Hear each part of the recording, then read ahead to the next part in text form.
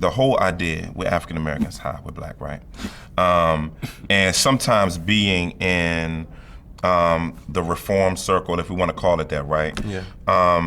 How do you all feel about people who think that, who would dub you guys, me, whoever, as under a theological imperialism? Yeah.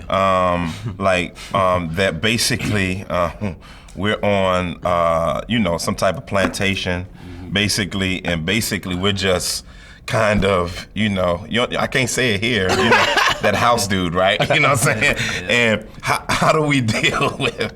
You can't laugh that long. Like, how do we? Because that's like an undercurrent right now. Yeah. And then sometimes, especially with the traditional background that many of us come from or experience and want to be a part of influencing, yet not coming in acting like the gospel's never been in the traditional Baptist church, or you know what I'm saying? I mean, I don't know if you want to speak on it, but go ahead. Yeah. I have my own kind of life experience. Like, it's a journey. I think I didn't grow up in church, but the church I experienced when I was younger was the traditional African American church. Right. And so when you sit in that and then you become a Christian, like after I was converted, that was the only church I knew to go to, so I would go to that church. And I'm hearing things that are true and are incredible and are good for my soul. Right. And I may not be hearing the things that I do need to hear as well. And so then I venture over into, a majority white conservative evangelical church or whatnot, and I hear truths that I didn't hear over here. Right. Well, now my knee-jerk reaction is, y'all didn't teach me nothing. And I get to railing on this community that, had nurtured me in a lot of ways. And I just focused in on what I didn't get and became to make this the place to be. But then I'm over here and I'm like y'all don't appreciate who I am and who, how God has made me. And I'm like, almost in some senses, you need to assimilate. And then, and even outside of that, it's man, that's great. Come over here and we'll give you what we have, but I don't know how to help you with that. Gotcha. Aren't you? You're the ambassador for that. Gotcha. I don't really know what to do. And so that was always a wrestle for me. I think that I don't feel like I'm under imperialism or whatever. I feel like, man, I'm in search of truth, and I'm gonna get it where I can find it. Right. And I feel like I am, in some senses, a contextual ambassador, a cultural ambassador, and I do want to bridge those gaps and tear down those walls. So from a biblical and theological, no, go ahead. No, I was gonna say I think a lot of dudes find themselves in the exact same situation as you, and I think they do exactly what you're saying, that your knee-jerk reaction was. But I think something that can help those dudes is not to, when they're trying to bring people along to solid truth they found, is don't wave reformed boundaries. Right. Don't wave, these are my favorite passages. Right. Just say, look at what I found in the scriptures. And if you don't understand it from the scriptures, then you don't even understand that. You just like some dudes teaching. Absolutely. So, Absolutely. Yeah, I was talking to Carl Ellis in the fall, and I was talking to him about how he felt about it. I love the old heads, man. Old head reform cats, you know what I'm saying? Chattanooga. Yeah, Chattanooga. Who in Chattanooga, man? I'm sorry, Chattanooga. Anyway, and talking to him, and it was great because I was asking him about how would he teach us to convey Reformed theology to black men. Yeah. And I was fascinated by what he said. He said, I wouldn't pull out the actual classical resource at first.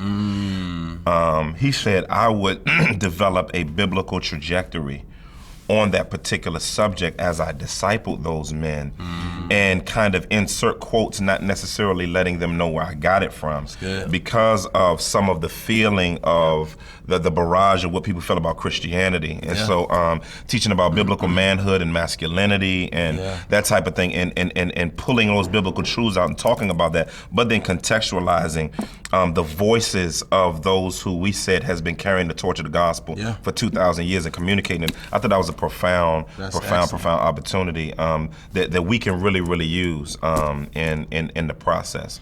I think I've subconsciously done that without thinking about it, but because I feel like I've almost had to, to drop Calvin's name is to drop a curse word. Right, and so it's like, I don't even want to, I wouldn't do that. That's just something I wouldn't do. Wave a banner or celebrate the anniversaries and all that stuff. I'm like, man, I'm Bible. Let's talk Bible and dig into the scriptures. And I think that's what I've seen most effective. I was talking to a dude the other day. That sounds kind of familiar.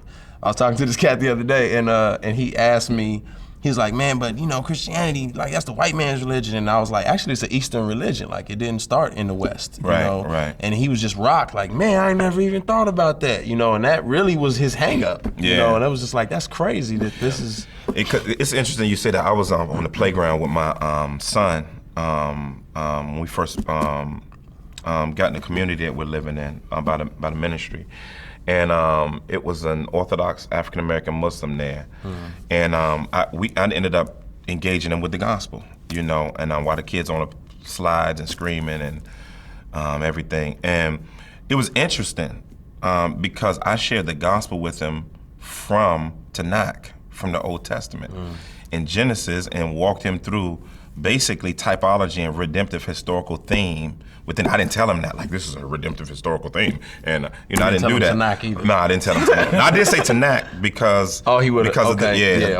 Because he think we changed everything, And so, and after walking through it and talking about Isaac and him carrying the wood on his back up the hill, laying the wood on the ground, then laying on the wood, and then his dad about to kill him, and then the ram is caught in the thicket, then began explaining that to him, and I was like, the gospel's everywhere in the Bible. And so the dude was like, click a cokey, but the thing, but this is the trip. Like, the issue is being able to communicate, and this is what African American men need. They need an affirmation of gospel-centered biblical intellectualism. That's contextualized yet biblical. And that shows the connection of the entire breadth of the Word of God. And man, I think y'all do that well in your music, man. And Lord's just using y'all in so many ways to be able to help introduce. Because most of the time, before guys are introduced to all of the other stuff, they usually get introduced to y'all first. How'd that feel? It's like a lot of responsibility, right? It's encouraging. Encouraging? It makes you feel like you're doing something worthwhile. I never even thought about it like that. I just feels like y'all like got the Elijah anointing up in here, Doc. I'm just glad to do it. I never even thought about it from that perspective. What counsel would you give to dudes who've kind of stumbled upon new truth? They feel like they have to either abandon their culture or they have to just sit somewhere where they don't feel like they're getting fed really well. What counsel would you give to dudes like that? Man, I think that's a difficult thing. One of the things that I would walk a guy through is helping him not to discount everything. We know that there are challenges in some of the places we've come from, and there are challenges where we're going.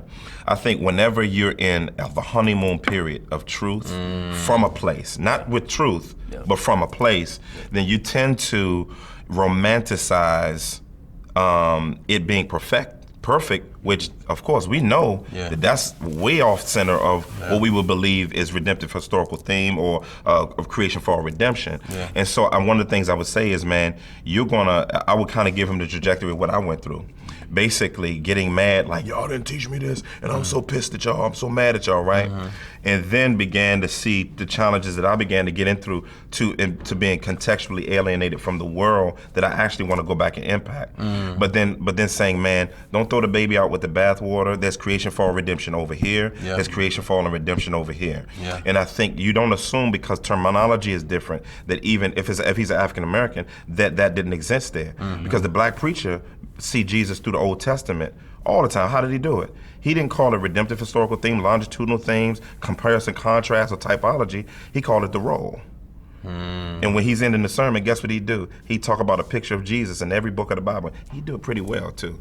Then you go over here to the other side, and it's going to explain the trajectory on how you develop the exegetical aspects of getting to the point with seeing Jesus, not just in a part of the book, but in the whole of the book. And begin just saying, man, don't throw the baby out with the bathwater, and walking guys through that. And one of the things that I also do is I'm intentional about helping guys to listen to solid biblical preaching by guys of multi-ethnic background.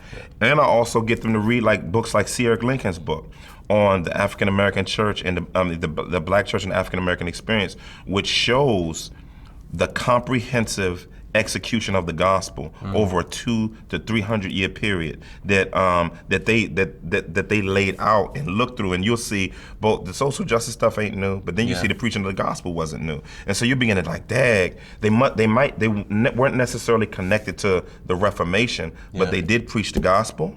Right. People were saved, and they engaged the context with the gospel, and they did foreign missions, which is a lot that these churches don't do. But then when you come the full gambit, it helps you to kind of see that. But sometimes you do have to let guys kind of go through it so that they can, because sometimes they won't hear in the beginning because they're so ticked. And so, but walking with them hopefully through it is real, real helpful. That's what I'm really grateful for guys like yourself and Anthony Carter, and just because I've used y'all's podcast to give to individuals who are just kind of wrestling, like coming out of a particular context, but it's like I want them to hear solid biblical preaching, but I know there's gonna be a barrier up as soon as it's like, who's this white dude's voice I'm listening to? And it's just kind of like, not to say that the Spirit can't work and move in their heart, but just knowing those initial barriers is kind of like, dang, who the heck can I play for this dude? You know, and so, just really appreciative of that, man.